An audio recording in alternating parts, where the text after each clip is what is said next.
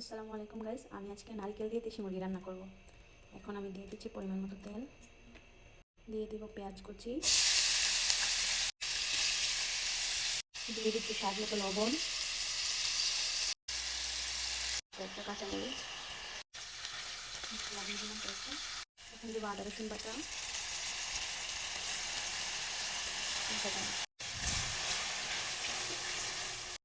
এক চা চামচ হলুদ গুঁড়ো, এক চা চামচ মরিচের গুঁড়ো, এক চা চামচ মাংস মশলা, দিয়ে দেবো জিরা ধনিয়া 2 চামচ। মশলা কষা রাখে এখন দিয়ে দেবো মুরগি।